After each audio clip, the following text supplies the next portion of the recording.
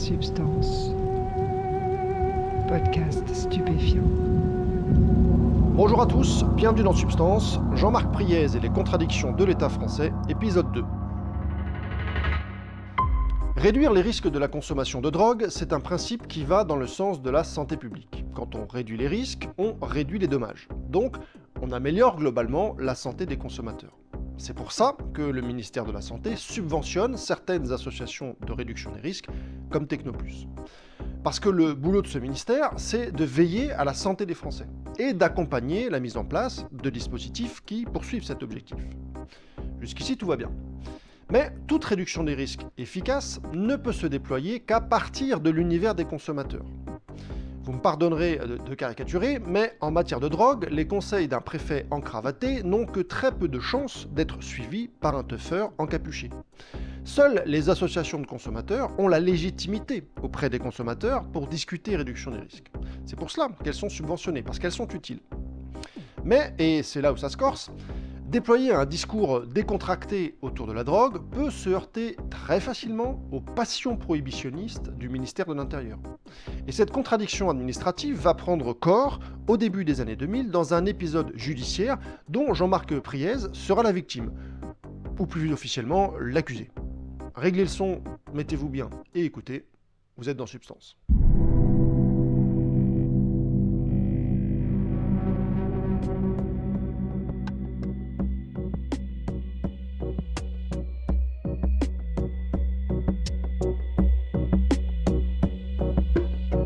Au tout début, c'était très pragmatique. Thierry était dans le mouvement, était dans la techno depuis un an ou deux, et comme beaucoup, prenait de l'ecstasy. Et puis, au bout de quelques mois, il s'est aperçu qu'il commençait à faire une dépression. Il a été voir son médecin, et il lui a dit, oui, je prends de l'ecstasy le week-end, ça me fait du bien. Et c'est là que le médecin lui a dit, oui, mais le problème de l'ecstasy, c'est que tu consommes ta sérotonine, et comme elle n'a pas le temps de se reconstituer, eh bien, petit à petit, tu arrives dans une phase dépressive.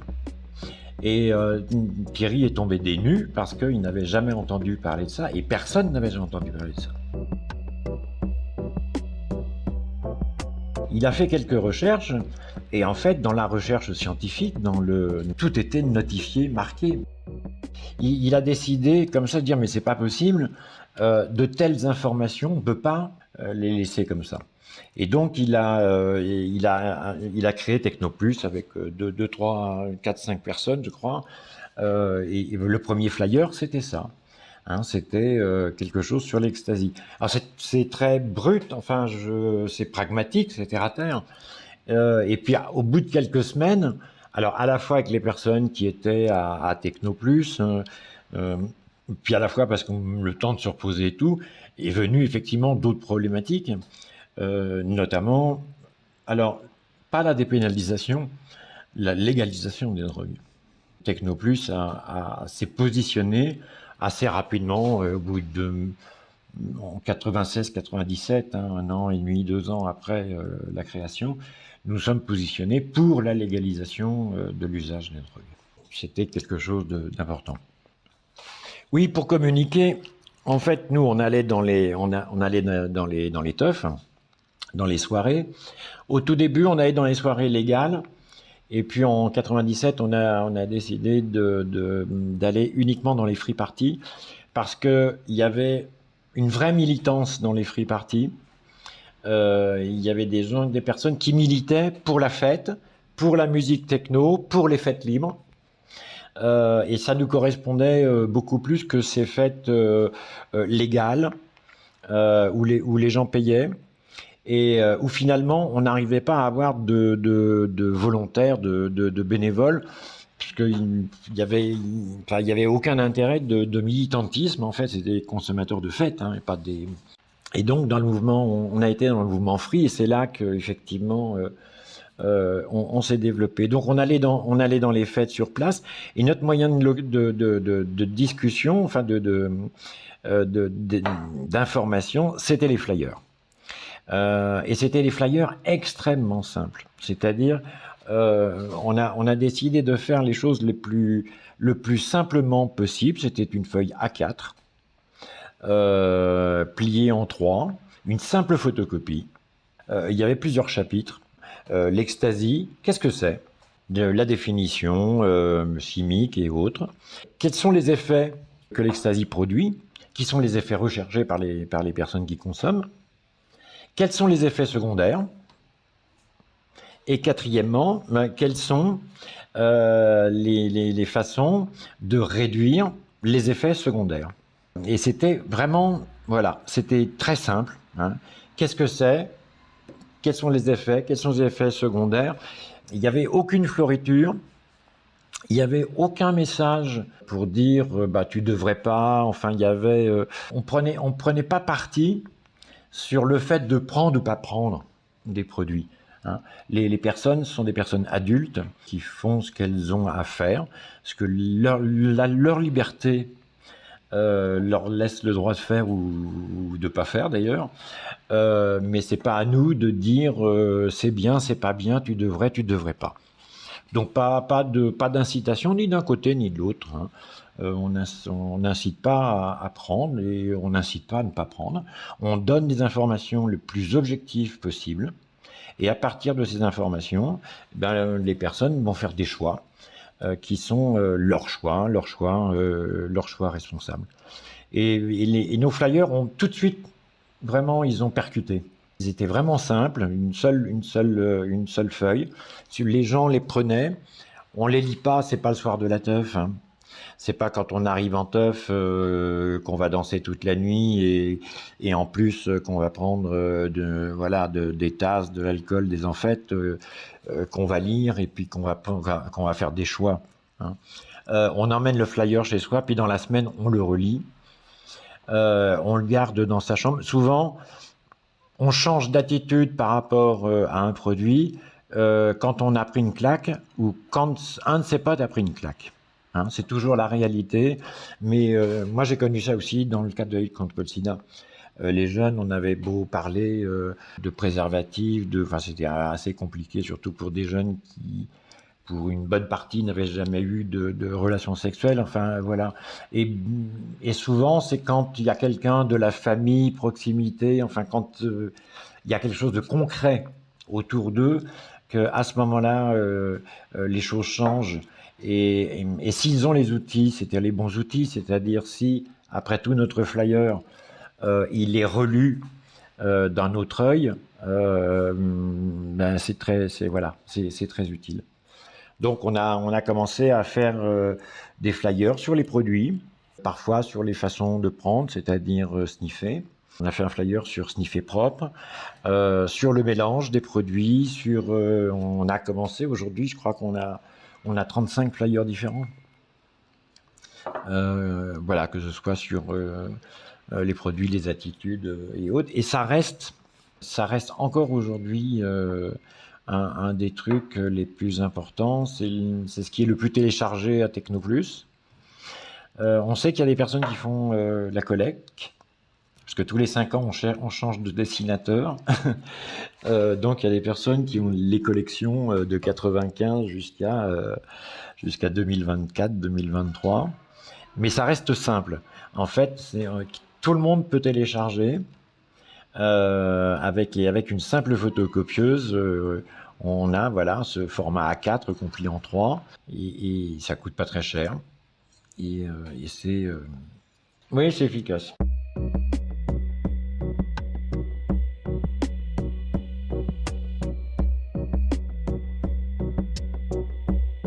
Le problème de la légalisation des drogues, c'est un combat qui est quand même assez long, assez dur, et je pense qu'on l'a perdu. On l'a perdu. Alors dans les années 90, 95, effectivement, il y avait Technoplus, il y avait Asud, mais il y avait Médecins du Monde, il y avait Aide, il y avait plein d'associations qui militaient pour la légalisation. Alors, du cannabis déjà, en pensant que le reste. Moi, j'ai jamais été fervent de cela. J'ai toujours redouté le fait que si on légalisait le cannabis, c'était pour mieux interdire le reste.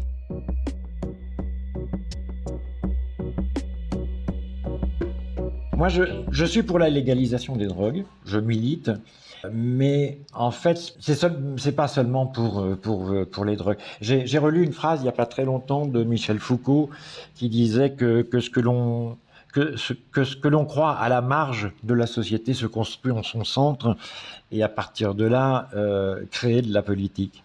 Ce que je veux dire par là, c'est que si je milite pour la légalisation des drogues, c'est que je milite pour la liberté de mon corps, pour savoir à qui mon corps appartient, et qu'est-ce que je peux faire et qu'est-ce que je peux pas faire avec mon corps. Est-ce qu'il m'appartient ou est-ce qu'il appartient à l'État? Et la question, alors, elle est posée comme ça sur la légalisation des drogues, et on dit bah non, mais elle va beaucoup plus loin, c'est-à-dire parce qu'elle parle aussi le corps des femmes, à qui il appartient? Est-ce qu'il appartient à l'État parce qu'elles font des enfants et que voilà, le corps des hommes, il appartient aux hommes, ou est-ce qu'il appartient à l'État pour aller à l'armée ou que sais-je et autres. Enfin, il y a cette histoire, l'histoire du suicide assisté, c'est-à-dire est-ce que j'ai le droit à la fin de vie.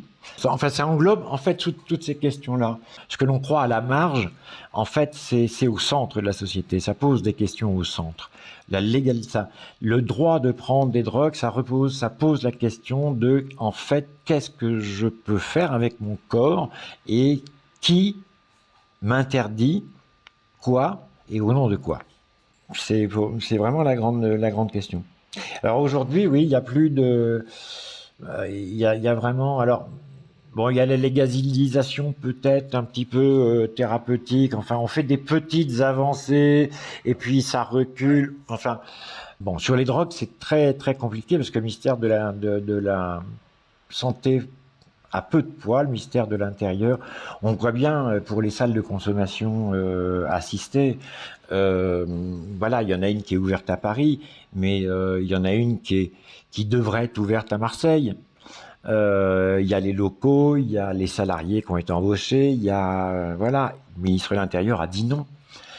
Celle de Lille, pourtant c'est de la santé publique. Voilà, au nom de quoi le ministère de la Santé, le ministère de l'Intérieur pose ces interdits qui sont des interdits de santé.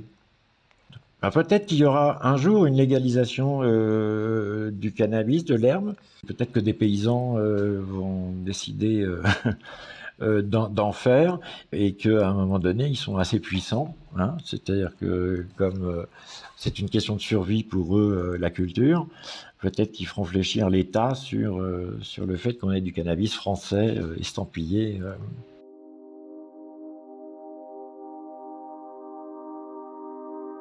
L'histoire commence en 2001-2002. Le ministère de la Santé, en 1997, a décidé de financer Technoplus. Parce que le mouvement techno était un mouvement qui prenait de l'ampleur, de plus en plus d'ampleur, et qu'il y avait effectivement de la consommation de produits qui étaient assumés. En fait, les organisateurs invitaient Technoplus dans leur fête, c'est-à-dire que d'eux-mêmes, ils nous invitaient, ce qui indiquait qu'ils disaient oui, bon, mais il y a de la consommation, mais on se donne les moyens, effectivement, pour... Et en 1997, donc, le ministère de la Santé a décidé de nous financer pour les actions qu'on menait, parce que on était les seuls à pouvoir rentrer dans ce milieu, dans cette niche assez fermée de techno et de consommateurs. Par contre, le ministère de l'Intérieur, bon, il n'était pas très content. Moi, j'ai eu plusieurs fois des réunions avec le patron de la MILAD, qui était la mission de l'Intérieur de lutte contre la drogue. J'étais invité, entre guillemets, plusieurs fois. On s'était rencontrés à Berlin, d'ailleurs, la première fois, dans un colloque, et il m'a invité plusieurs fois. Et vraiment, eux étaient assez vent debout. Et donc, par le fait que Technoplus n'avait pas l'alibi, entre guillemets, de la lutte contre le sida, nous étions plutôt fragiles.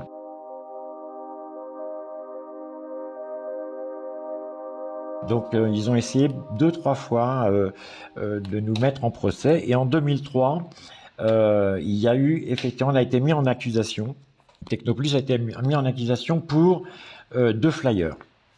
Un flyer qui s'appelait Sniffer propre, donc sur les pratiques et non sur les produits, et un autre c'était Drug Mixed, c'est-à-dire les effets secondaires à ne pas faire dans le mélange des produits. Et donc voilà, on a été mis en accusation pour provocation à l'usage de drogue sur le territoire français. Enfin, il y a eu deux accusations, puisqu'il y avait une accusation qui venait du code pénal, où on risquait 10 ans de prison et 750 000 € d'amende. Et il y avait le code de santé publique, où sur une autre accusation, on risquait 5 ans et je ne sais plus combien d'argent. Parce qu'on avait une chance à gratter et une chance voilà, comme au loto. Et donc voilà, le procès, donc j'étais le président à l'époque, donc j'étais moralement la personne qui était attaquée. Et ce procès a duré 3 ans. Il a duré 3 ans, il a commencé en septembre 2003 et nous avons été 3 fois ou 4 fois au tribunal, sans être jugés par le fond, puisque la première fois il y avait un vice de forme. Le procès a été annulé, mais 15 jours après, le parquet faisait... voilà, donc ça a traîné. Et c'est en avril 2005 que le procès a eu lieu à la Cour d'appel de Paris. Technoplus a gagné son procès.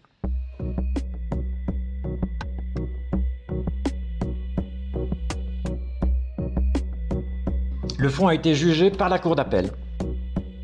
Juste avant, il y avait une loi sur les CARUD, sur la création des CARUD, les centres d'accueil et d'accompagnement pour les usagers de drogue en France.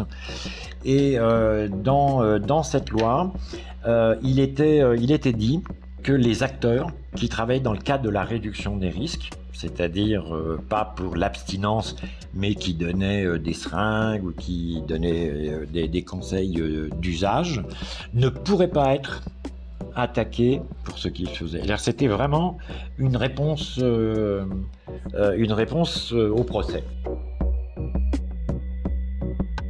C'est en 2004 que la loi est passée et c'est en avril 2005 que nous avons gagné le procès, qui était vraiment un procès intéressant, qui a duré 3-4 heures quand même. Ça a été assez long, mais où on a quand même été sur le fond.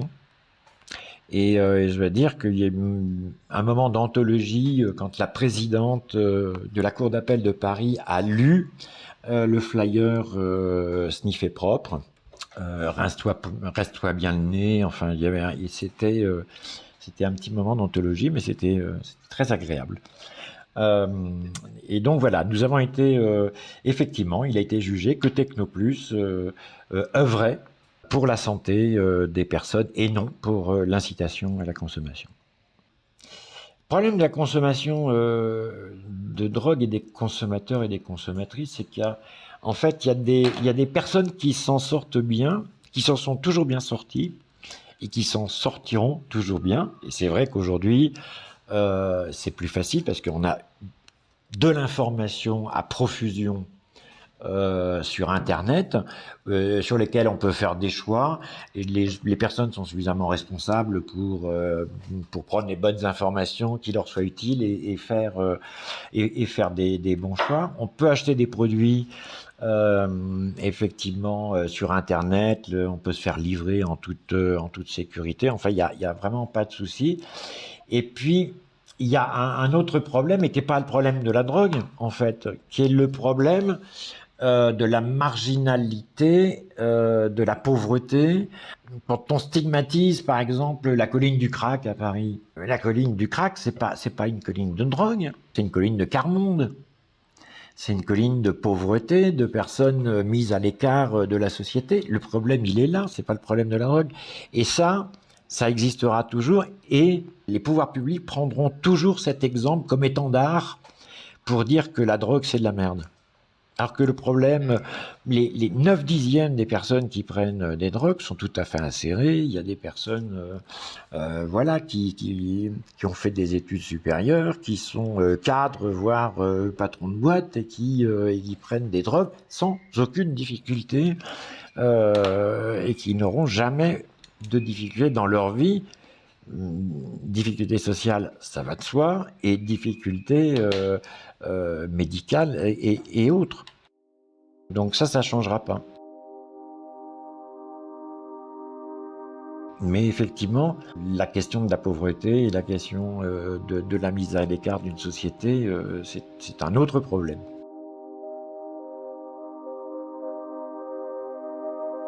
Et c'est pour cela qu'il est intéressant de multiplier les récits de drogués heureux qui existent bel et bien, malgré ce qu'en disait en 1977 Claude Olivenstein. C'était un des pontes de la lutte contre la toxicomanie en France, et il écrivait exactement le contraire. Il n'y a pas de drogués heureux. L'idée qu'on peut se droguer et avoir une vie normale est spectaculairement absente des médias français, et cela crée une rupture profonde entre la réalité qui est complexe et sa représentation médiatique qui est pour le moins simpliste. Et honnêtement, j'utilise ce terme pour rester poli. Avant de partir, je vous rappelle que vous pouvez soutenir le podcast si vous le souhaitez grâce à une page Tipeee dont vous trouverez le lien en description. Dans le prochain épisode, on change de témoin. D'ici là, portez-vous bien.